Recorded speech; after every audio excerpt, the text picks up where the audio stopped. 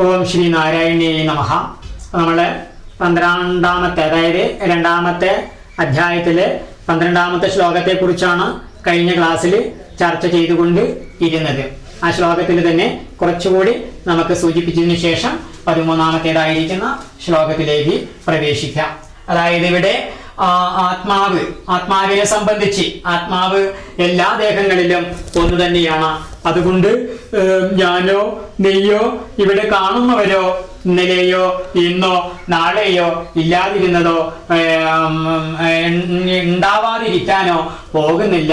അതെന്നും നിത്യശുദ്ധ ബുദ്ധ മുക്തസ്വരൂപമായിരിക്കുന്ന ആ പരമാത്മ സ്വരൂപത്തില് സദാപി ഘടത്തിൽ ആകാശം എന്നതുപോലെ, അതായത് കുടത്തിൽ അതിനെ ആ കുടത്തെ നിലനിർത്തി, കുടം ഏതൊന്നിലാണോ നിലനിൽക്കുന്നത് അത് കുടമുള്ളപ്പോഴും എന്താണ് അതിന് ആസ്ഥാനമായിരിക്കുന്ന അല്ലെങ്കിൽ അവകാശമായിരിക്കുന്ന സ്ഥാനം എന്ന് വെച്ചാൽ, കുടപ്പ എവിടെയാണ് ഇരിക്കുന്നതെങ്കിൽ ഇതാ ഇവിടെ കുടം വെച്ചു എന്ന് വെച്ചാൽ, ഈ കുടം ഉള്ളപ്പോഴും കുടമില്ലാത്തപ്പോഴും കുടത്തിലും ഈ അവകാശം എന്ന് വെച്ചാൽ സ്ഥാനം കൊടുത്തിരിക്കുന്ന ആകാശം വ്യാപ്തമായിട്ട് സർവത്ര സദാപി പ്രകാശിച്ചിരിക്കുന്നത് പോലെ ആത്മാവിനെ യാതൊരു കാലത്തും നശിപ്പിക്കാൻ പറ്റില്ല എന്നാണ് ഭഗവാൻ സൂചിപ്പിക്കുന്നത്. കാരണം ഇവിടെ ഈ ഭീഷ്മാദികളെ കുറിച്ച് യാതൊരു കാരണം കൊണ്ടും ദുഃഖിക്കേണ്ട എന്ന് പറഞ്ഞതിന്റെ താല്പര്യത്തിൽ നിന്ന് അവിടെ ഭീഷ്മാദികളുടെ ശരീരത്തെയല്ല സൂചിപ്പിക്കുന്നത്, പിന്നെയോ അവരിലൂടെ പ്രകാശിച്ചു കൊണ്ടിരിക്കുന്ന ആത്മാവിനെ ദേഹാദിയിൽ നിന്ന് ഭിന്നത്വവും നിത്യത്വവുമാണ് സൂചിപ്പിക്കപ്പെട്ടത്.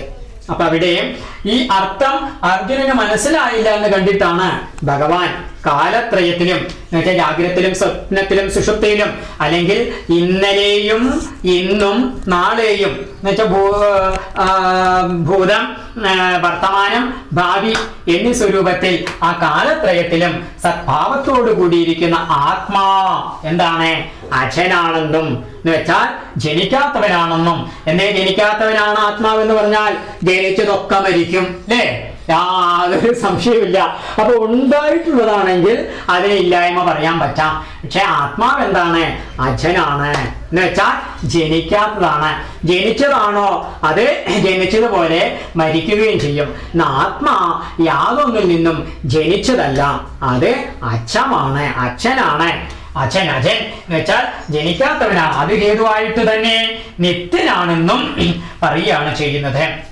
അതുകൊണ്ട് ആത്മേവിനെ ദേഹം, അതുപോലെ അജ്ഞാനേന്ദ്രിയം, കർമ്മേന്ദ്രിയം തുടങ്ങിയിരിക്കുന്ന ഇന്ദ്രിയാദികളിൽ നിന്നും ഭിന്നത്വവും നിത്യത്വം വെച്ചാൽ അതിനെ നിത്യതയും കൽപ്പിക്കുകയാണ് ഇവിടെ ചെയ്തത്. ഇനി എന്താണ്?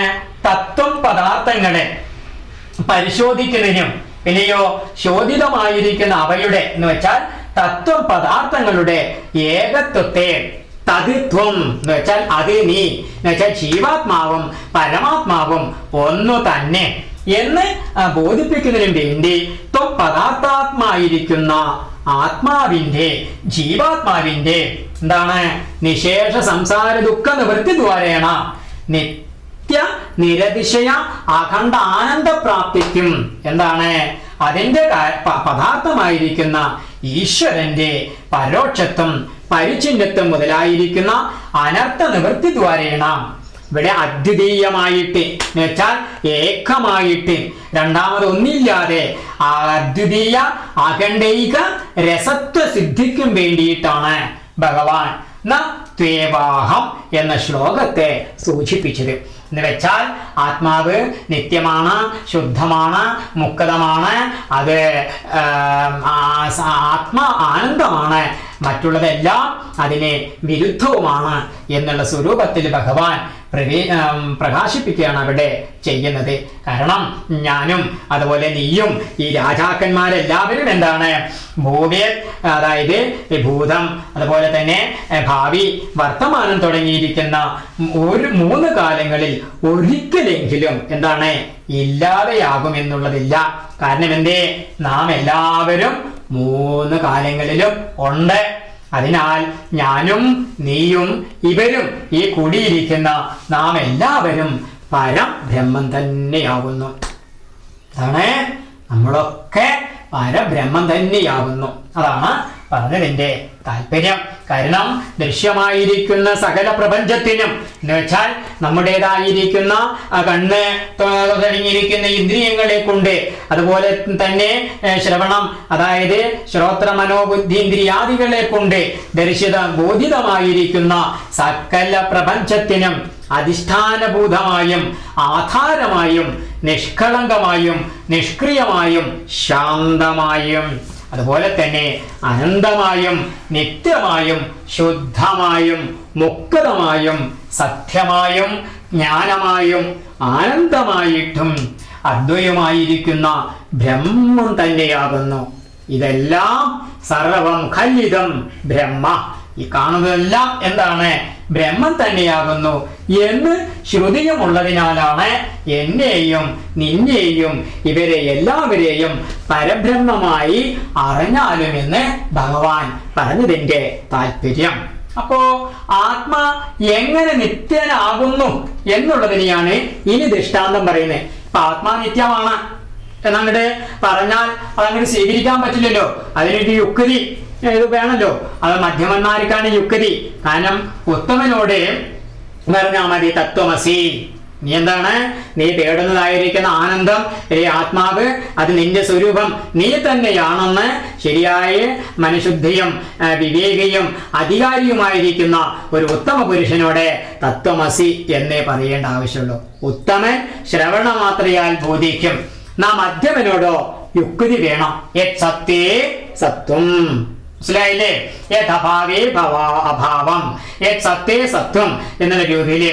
കാരണം രജുസർപ്പവത് എന്ന് വെച്ചാൽ യാതൊന്നുകൊണ്ട് കയറിനെ കാണാതെ കയറിൽ പാമ്പിനെ കണ്ടതുപോലെ സാക്ഷാത്തായിരിക്കുന്ന ബ്രഹ്മത്തെ അറിയാത്തത് കൊണ്ട്, ആ ബ്രഹ്മത്തിൽ നീ ശരീരത്തെ കൽപ്പിച്ചത് കൊണ്ട് കയറിനെ പാമ്പായി കാണുമ്പോൾ എന്താണ്? ഭയക്കുകയും വിറക്കുകയും വിയർക്കുകയും ഓടുകയും ചെയ്യുന്നത് പോലെ നീ നിന്റെ പരമാത്മസ്വരൂപമായിരിക്കുന്ന ആത്മാവിനെ സാക്ഷാത്തായ അറിയാതിരിക്കുമ്പോൾ, നീ ശരീരമാണെന്ന് അറിയുമ്പോൾ ആ ശരീരത്തിലിരിക്കുന്ന പീഡാദികളെ നിന്റെ പീഡകളായി കൊണ്ട് ദുഃഖിക്കുന്നത് പോലെ എന്നാണ് ഇവിടെ ആത്മാവ് എങ്ങനെയാണ് നിത്യനാകുന്നത്. അത് അറിഞ്ഞാലല്ലേ നമുക്ക് ബോധിക്കാൻ പറ്റുള്ളൂ. അപ്പൊ അവിടെ ഈ മധ്യമനായ ഒരാൾക്ക് യുക്തി കൊണ്ടാണ്. പിന്നെ അധമനായിട്ടുള്ള ആൾക്കോ ഉദാഹരണം വേണമെന്നാണ്. നമ്മള് ചെന്നായ്ക്കൂട്ടങ്ങളുടെ അതായത് കൂട്ടത്തിന്റെ ഇടയിൽ വളർന്ന പുലിയെ കുറിച്ചൊക്കെ ഒരു കഥ കേട്ടിട്ടില്ലേ പുരാണത്തില്? അതായത് ആട്ടിൻകൂട്ടത്തില് എന്ന് വെച്ചാൽ ഒരു ആട്ടിടയൻ കാട്ടിലൂടെ ആടുമേച്ച് നടക്കുന്ന കാലത്തിലെങ്കില് ഒരു പുലിക്കുട്ടിയെ കിട്ടി എന്നാണ്. അപ്പൊ അത് കുട്ടി ആയതുകൊണ്ട് അയാള് നാട്ടിലേക്ക് എടുത്തു കൊണ്ടു വന്ന് ഈ ആട്ടിൻകുട്ടിയുടെ കൂട്ടത്തിൽ വളർത്താൻ തുടങ്ങി. അപ്പൊ ആട്ടിൻപാല് കുടിച്ചും എന്താണ് ഈ പുലിക്കുട്ടി ആട്ടിൻകുട്ടി ആയിട്ട് ഇങ്ങനെ വളർന്നു വരികയാണ്. അപ്പൊ ആട്ടിൻകുട്ടികളെല്ലാം മേമേന്ന് കരഞ്ഞും പുല്ല് തിന്നും ഇങ്ങനെ ജീവിച്ചു കൊണ്ടിരിക്കുമ്പോ പുലി വലുതായി വൻപുലിയായി. പക്ഷെ ഇപ്പോഴെന്താണ് സ്വഭാവം ആടിൻ്റെതാണ്. കാരണം ആട്ടിടയനും പിന്നെ ആട്ടിൻ പറ്റങ്ങളും ആണല്ലോ സുഹൃത്തുക്കളെ. അങ്ങനെ ഇരിക്കെ ആ പുലി ഒരു ദിവസം വൻകാട്ടിൽ അകപ്പെടുകയും വേറൊരു പുലിയുമായിട്ട് കണ്ടുമുട്ടുകയാണ്. അപ്പൊ ആ പുലിയെ കണ്ടപ്പോ ഈ പുലിക്കുട്ടി, സാക്ഷാത് പുലിക്കുട്ടി എന്താണ് മായ ആടിന്റെ ഭാവത്തില് മേ എന്ന് കരഞ്ഞുകൊണ്ട് ഓടാൻ തുടങ്ങുമ്പോ ഈ പുലി എന്താണ്? ഈ മേ കരയേണ്ടവനല്ല, നീ ഗർ പറയേണ്ടവനാണ്, നീ പുലിക്കുട്ടിയാണ് കേട്ടോ, നീ ആട്ടിൻകുട്ടിയല്ല എന്ന് കുറെ പറഞ്ഞു നോക്കി. ഇപ്പെന്താണ് ഇത് വെറുതെ പറയാ, എന്നെ തെറ്റിദ്ധരിപ്പിക്കും പറയാ. ഞാൻ കണ്ടില്ലേ പുല്ല് തിന്നുന്നെന്നും പറഞ്ഞ് പുല്ല് കെട്ടിച്ചൊക്കെ തിന്ന് കാണിച്ചു കൊടുക്കണം. എത്ര പറഞ്ഞിട്ടും ഈ പുലിക്കുട്ടിയായ ആട്ടിൻകുട്ടി സാക്ഷാത് പുലി പറയുന്നതിനെ കേൾക്കുന്നില്ല എന്ന് കണ്ടപ്പോ പുലി എന്ത് ചെയ്തു? ഗിട പിടിച്ചിട്ടോ കൊണ്ടുപോയി ഒരു നദീതീരത്തില്. എന്നിട്ടോ ആ നദീതീരത്തില് അവന്റെ മുഖം അങ്ങോട്ട് കാണിച്ചു കൊടുക്കണം. കണ്ടറാ, എന്റെ മുഖം പോലെയല്ല നിന്റെ മുഖവും ഗർ എന്ന് പറഞ്ഞ.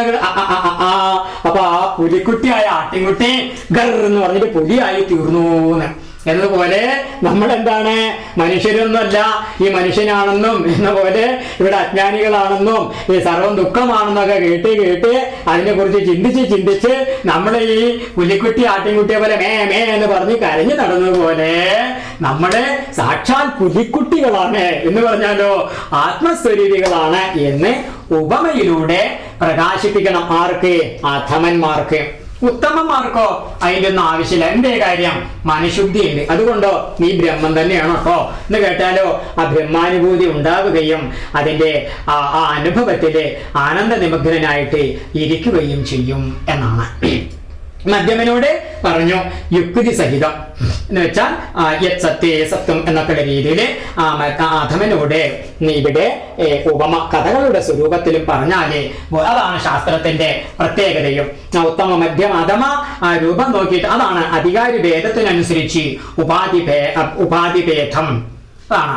അതിവിടെ ആത്മാ എങ്ങനെയാണ് നിത്യനാകുന്നു എന്നുള്ളതിനെ ദൃഷ്ടാന്തമാണ് 13ാമത്തെ ശ്ലോകത്തിലൂടെ ഭഗവാൻ പ്രകാശിപ്പിക്കുന്നത്. എന്താണ് അവിടെ പറയുന്നത്? അതായത് ദേഹിനോസ്മിൻ യഥാ ദേഹേ കൗമാരം യൗവനം ജരാ തദാ ദേഹാന്തര പ്രാപ്തിഃ ധീരസ്തത്ര ന മുഹ്യതേ. ദേഹിനഃ അസ്മിൻ ദേഹേ കൗമാരം യൗവനം ജര യഥാ തഥാ ദേഹാന്തര പ്രാപ്തിഃ തത്ര ധീരഃ ന മുഹ്യതി എന്നാണ് പറയുന്നത്. അതായത് ദേഹിനഃ ദേഹാഭിമാനമുള്ള ജീവന് ശരീരബോധം, ഞാൻ ശരീരമാകുന്നു, ഞാൻ സുന്ദരനാകുന്നു, അല്ലെങ്കിൽ ഞാൻ സുന്ദരിയാകുന്നു എന്നൊക്കെയുള്ള രീതിയിൽ ഞാൻ എന്നുള്ള രീതിയിൽ ഈ ദേഹാഭിമാനമുള്ള ജീവനെ അസ്മിൻ ദേഹേ, എവിടെ? ഈ ദേഹത്തില്, അതായത് ഏതൊരു ദേഹത്തിലാണോ കൗമാരം യൗവനം ജര എന്ന് വെച്ചാൽ ബാല്യവും യൗവനവും വാർദ്ധക്യവും യഥാ തഥാ എപ്രകാരമാണ് അപ്രകാരം തന്നെയാണ് ദേഹാന്തര പ്രാപ്തി, അന്യദേഹത്തെ പ്രാപിക്കുന്നതും. അത്ര ആ അവസ്ഥയിലോ ധീരഹ ന മുഹ്യതി, ധീരനായിട്ടുള്ള ഒരുവൻ യാതൊരു കാരണവശാലും മോഹത്തെ പ്രാപിക്കുന്നില്ല എന്നാണ് പറയുന്നതിന്റെ താല്പര്യം. അതായത് ദേഹാഭിമാനമുള്ള ജീവന് ഈ ദേഹത്തിൽ അല്ലേ, നമ്മളിപ്പോ ജനിച്ചു ബാല്യം, കൗമാരം, യൗവനം, ജര, നര, മരണം എന്നുള്ള രീതിയിലുള്ള വികാരങ്ങളും മാറ്റങ്ങളും ഉണ്ടായിക്കൊണ്ടിരിക്കുകയാണ്. അപ്പൊ അതുപോലെ തന്നെയാണ് അന്യദേഹപ്രാപ്തിയും ഉണ്ടാകുന്നത്. അതില് ഇപ്രകാരം എന്താണ്? ദേഹമാണ് നശിക്കുന്നത്. ആത്മാവോ ഈ ബാല്യത്തിലും അതുപോലെ കൗമാരത്തിലും യൗവനത്തിലും ദേഹമുണ്ട്. ആത്മാവോടെ നശിക്കുന്നുണ്ടോ? എന്നാ അപ്പ പറഞ്ഞ ഞാൻ പോവില്ലല്ലോ, ഇല്ല. അപ്പൊ ഇവിടെ ഈ ശരീരം തുടങ്ങിയിട്ടുള്ള അത് നശിക്കുന്നതും ദേഹാദികൾ നശിക്കുന്നതും അതിൽ പ്രകാശിക്കുന്ന സർവത്തെയും പ്രകാശിപ്പിക്കുന്നതായിരിക്കുന്ന ആത്മാ യാതൊരു കാലത്തും എന്താണ്? നാശമില്ലാത്തതുമാണ് എന്ന് അറിയുന്ന ധീമാൻ, ബുദ്ധിമാൻ എന്താണ്? മോഹത്തെ പ്രാപിക്കുന്നില്ല. ആരെ പോലെ? അർജുനനെ പോലെ. എന്ന് വെച്ചാൽ അജ്ഞാനങ്ങളാകുന്ന ശോകമോഹങ്ങളെ കൊണ്ട് ഭ്രമിച്ച് സ്വധർമ്മത്തിൽ നിന്നും നിഷ്കാസിതനായിട്ട് ഇവിടെ ഭ്രമിച്ച് അർജുനനെ കാണിച്ചിരിക്കുന്നത്. അപ്പോ ദേഹത്തോട് കൂടിയവൻ ദേഹി, അതായത് ആത്മാ. ദേഹത്തോട് കൂടിയിരിക്കുന്ന ആത്മാവിന് ഈ ഇപ്പോഴുള്ള നമ്മുടെ ഈ ദേഹത്തില് എപ്രകാരമാണ് ബാല്യാവസ്ഥ, അതുപോലെ യൗവനാവസ്ഥ, അതുപോലെ തന്നെ ജീർണാവസ്ഥ, ഈ 3 അവസ്ഥകളും എങ്ങനെയാണ്? ഒന്നിനൊന്ന് വ്യത്യസ്തപ്പെട്ടിട്ടാണ് കാണുന്നത് അല്ലെ? ഇപ്പൊ നമ്മള് ഈ കുട്ടിയായിട്ടിരിക്കുമ്പോ ഉള്ള ഞാനാണോ ഇപ്പൊ ഇവിടെ ഇരിക്കണത്? അല്ല. ഈ സ്വരൂപത്തിൽ പിന്നെ എനിക്ക് ജനിക്കാൻ പറ്റുമോ? അപ്പൊ എന്റെ അമ്മ അത്ര വലിയ അമ്മയായിരിക്കണം അല്ലേ? അപ്പൊ കുട്ടിയായിട്ടിരിക്കുമ്പോ എത്ര പോകുന്നൊരു കുട്ടിയായിരുന്നു, എനിക്കൊരു മാറ്റം ഉണ്ടായിട്ടില്ല. എന്നപോലെ ഞാൻ ചെറുപ്പമായിട്ടിരിക്കുമ്പോഴും ഇനി എന്താണ്? തലയും താടിയും മുടിയൊക്കെ നരച്ച് ഇവിടെയൊക്കെ ഉണ്ടെങ്കിൽ ചുക്കിയൊക്കെ ചുളിഞ്ഞ് ഇനി ഇരിക്കുമ്പോഴെന്താണ്? എനിക്കൊരു മാറ്റവും ഇല്ല. ആർക്ക്? അതിന് ഉള്ളിൽ പ്രകാശിക്കുന്ന ആ ആത്മാവ് എന്ന് പറയുന്ന സ്വരൂപത്തിന് മാറ്റല്ല. എന്നാലോ നമ്മുടേതായിരിക്കുന്ന ദേഹം മാറി അല്ലേ? ആ കുട്ടിയായിട്ടിരിക്കുമ്പോഴും അതുപോലെ യൗവനത്തിൽ ആ യൗവനാവസ്ഥയിൽ ഇരിക്കുമ്പോഴും അതുപോലെ തന്നെ ആ വാർദ്ധക്യാവസ്ഥയിൽ ഇരിക്കുമ്പോഴും ദേഹത്തിന് ചില മാറ്റങ്ങളൊക്കെ ഉണ്ടായി. അപ്പൊ നമ്മൾ ആരെങ്കിലും പറഞ്ഞല്ലോ എന്റെ കുട്ടിയെത്താൻ പോയി പറഞ്ഞിട്ട് എന്നെ തടിക്കലോ എന്നെ വിളിക്കലോ വല്ലതും ഉണ്ടായിട്ടുണ്ടോ? ഇല്ല അല്ലേ? എന്റെ കുട്ടിയെത്താൻ പോയി എന്ന് പറഞ്ഞോ? ഇല്ല. യൗവനം വന്നപ്പോഴെന്ന് എനിക്ക് യൗവനം കിട്ടിയെന്ന് പറഞ്ഞിട്ട് തുള്ളി ചാടിയിട്ടില്ല അല്ലേ? അപ്പോ ഈ 3 അവസ്ഥകളും എന്താണ്? ഒന്നിനൊന്ന് വ്യത്യാസപ്പെട്ട് തന്നെയാണ് ഇരിക്കുന്നത്. അപ്പോഴോ അതിൽ ആദ്യത്തെ അവസ്ഥ നശിക്കുമ്പോൾ ആത്മാവും കൂടെ നശിച്ചു. പിന്നെ ആ യൗവനം അങ്ങോട്ട് ഉണ്ടാവണ സമയത്ത് ആ പുതിയൊരു ആത്മാവ് അങ്ങോട്ട് ഉണ്ടാവുകയാണോ ചെയ്തത്? അല്ല. പിന്നെയോ യാതൊരു മാറ്റവും കൂടാതെ അല്ലെ ആ കുട്ടിയായിട്ടിരിക്കുമ്പോഴുള്ള ആത്മാവ് അങ്ങോട്ട് നശിച്ച് ആ യൗവനത്തിലേക്ക് പുതിയൊരു ആത്മാവ് അങ്ങോട്ട് പ്രവേശിക്കുകയാണോ ചെയ്തത്? ഇല്ല. കുട്ടിയായിട്ടിരിക്കുമ്പോഴും ആ ഞാൻ എന്ന് പറയുന്ന ഭാവത്തിനെ മാറ്റം ഉണ്ടായിട്ടുണ്ടോ? ഇല്ല. അതുപോലെ വയസ്സായിട്ടിരിക്കുമ്പോഴും ഞാൻ എന്ന് പറയുന്ന ഭാവത്തിനെ അല്ലെങ്കിൽ ആത്മാവിനെ യാതൊരു വിധത്തിലുള്ള മാറ്റവും എപ്രകാരമാണോ ഇല്ലാതിരുന്നത് അപ്രകാരമാണ് ആത്മാ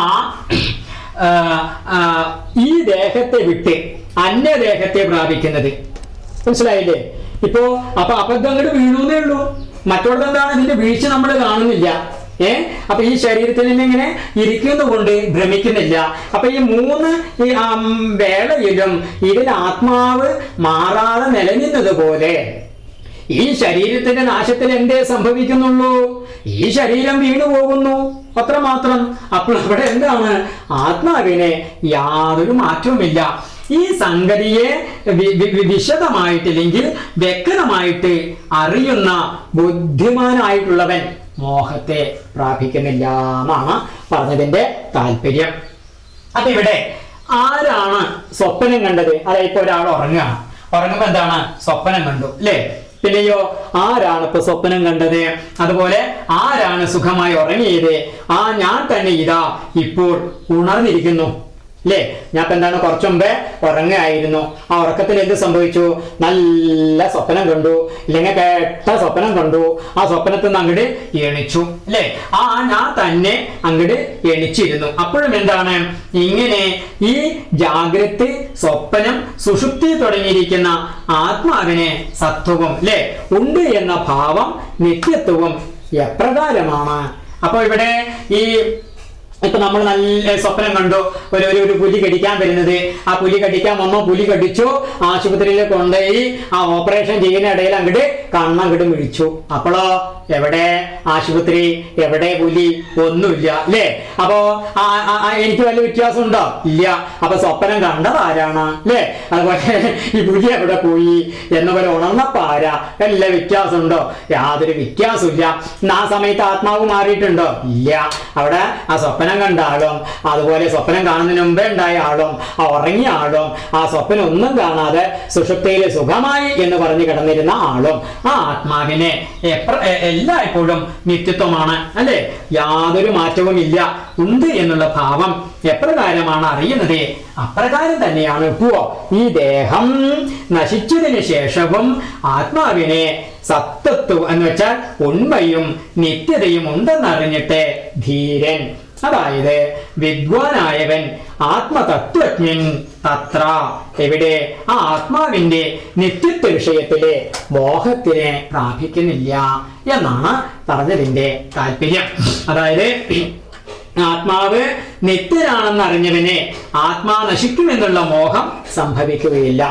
ആ അഖണ്ഡ സച്ചിദാനന്ദ സ്വരൂപമായിരിക്കുന്ന ആ ആത്മാവിനെ യാതൊരു കാലത്തും യാതൊരു വിധത്തിലുള്ള മാറ്റവും തരുമ്പം സംഭവിക്കുന്നതില്ല എന്ന് ദൃഢ നിശ്ചയം വന്നിരിക്കുന്ന ഒരു ബുദ്ധിമാനായിട്ടുള്ള ഒരുവനെ എന്താണ് ആത്മാ എന്ന് വെച്ചാൽ ശരീരം നശിക്കുമ്പോഴോ എന്ന് ബന്ധുമിത്രാദികളെ, അതുപോലെ നമ്മുടേതായിരിക്കുന്ന കെട്ടിടം, അതുപോലെ നമ്മുടേതായിരിക്കുന്ന സ്ഥാനമാനാദികളെ, അതുപോലെ നമ്മുടേതായിരിക്കുന്ന ഏതെല്ലാമാണോ നാം ആർജിച്ചു വെച്ചിരിക്കുന്ന സമ്പത്തുകളും അതുപോലെയുള്ള ആർജവങ്ങളും അവയെല്ലാം നഷ്ടമാകുമ്പോഴും നേടുമ്പോഴും ധീരനായിട്ടുള്ളവനെ അതിൽ തരുമ്പം യാതൊരു തരത്തിലും മനഃശാഞ്ചല്യമില്ല എന്നാണ്.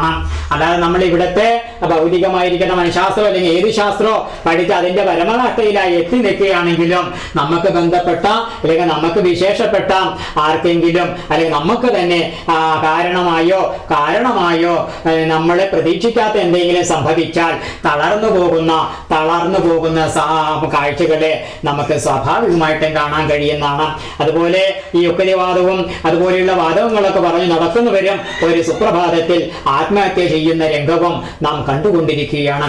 ഇവിടെയാണ് അധ്യാത്മശാസ്ത്രത്തിന്റെ അല്ലെങ്കിൽ വേദാന്ത ചിന്തയുടേതായിരിക്കുന്ന ആ പരമകാഷ്ഠ, അതിൻ്റെതായിരിക്കുന്ന ആ നിത്യബോധ സത്തയുടെ എന്താണ് പറയുക, പരിപൂർണമായിരിക്കുന്ന അതിൻ്റെ ശോഭ.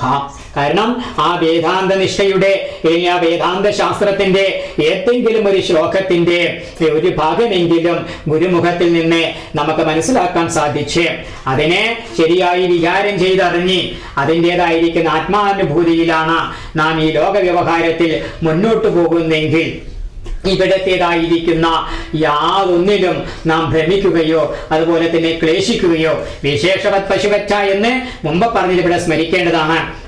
അജ്ഞാനികളായിരിക്കുന്ന ഒരുവന് ഈ വിദ്വാനും ചിരിക്കുന്നതായിട്ടും കരയുന്നതായിട്ടും അതുപോലെ തന്നെ ക്രോധിക്കുന്നതായിട്ടും പല രീതിയിലും കണ്ടാൽ കൂടിയും അവരിൽ എന്താണ് ഇതൊന്നും കലരുന്നില്ല.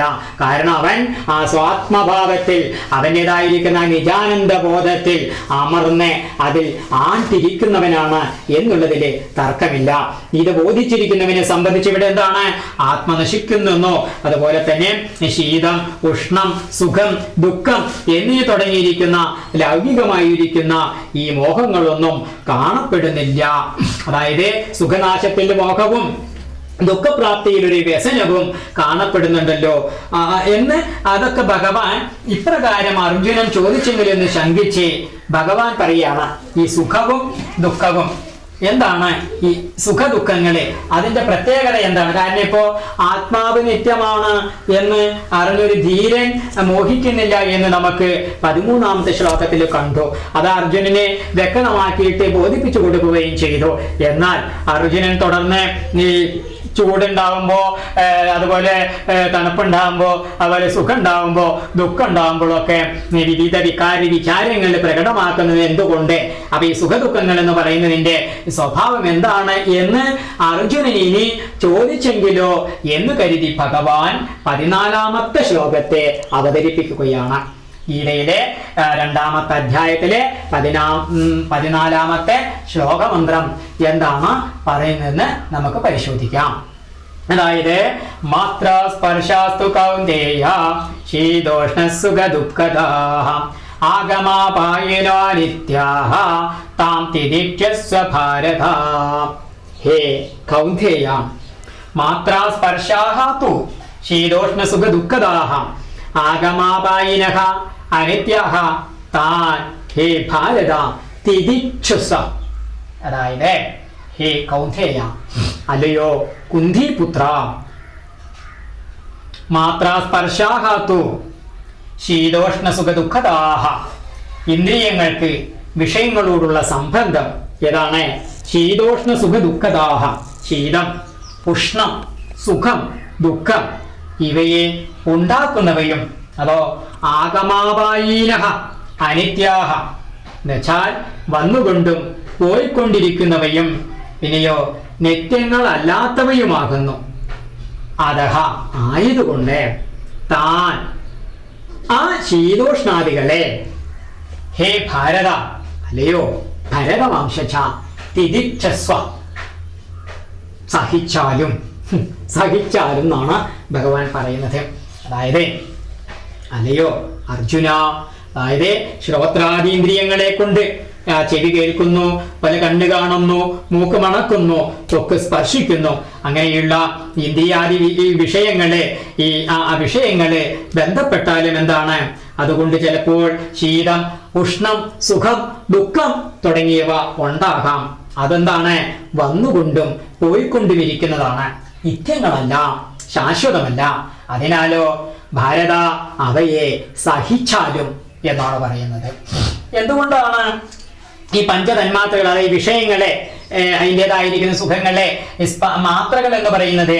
അതായത് ആഭിഹി മീയന്തേ ശബ്ദാദേഹ ഇതി മാത്രാഹ ശ്രോത്രാദി ഇന്ദ്രിയാണി. അതായത് ശബ്ദാദി വിഷയങ്ങളെ ഇതുകളാൽ എന്ന് വെച്ചാൽ ഇന്ദ്രിയങ്ങളെ കൊണ്ട് അളക്കപ്പെടുന്നത് കൊണ്ട് അവയെ മാത്രകൾ എന്ന് വെച്ചാൽ ശ്രോത്രാദി ഇന്ദ്രിയങ്ങൾ എന്നർത്ഥം. ശബ്ദത്തെ അളക്കുന്നത് എന്താണ്? ശബ്ദത്തെ അളക്കുന്നത് ചെവിയാണ്, ശ്രോത്രമാണ്. അതുകൊണ്ട് അതിനെ ശ്രോത്രേന്ദ്രിയം എന്ന് വെച്ചാൽ അതിന്റെ ശ്രവണേന്ദ്രിയം എന്നുള്ള രീതിയിൽ. അപ്പൊ ഈ മാത്രകൾ അതിനെ എന്ന് പറയാം, ആ ഇന്ദ്രിയങ്ങളെ ഈ വിഷയങ്ങളെ അളക്കുന്നത് കൊണ്ടാണ് അവയെ മാത്രകൾ എന്ന് പറയുന്നത്. അതുകൊണ്ടോ അവയുടെ അവയ്ക്ക് ശബ്ദാദി വിഷയങ്ങളോടുള്ള സ്പർശം അല്ലെങ്കിൽ സംബന്ധം എന്താണ്? ശീതം, ഉഷ്ണം, സുഖം, ദുഃഖം എന്നിവയുണ്ടാക്കും.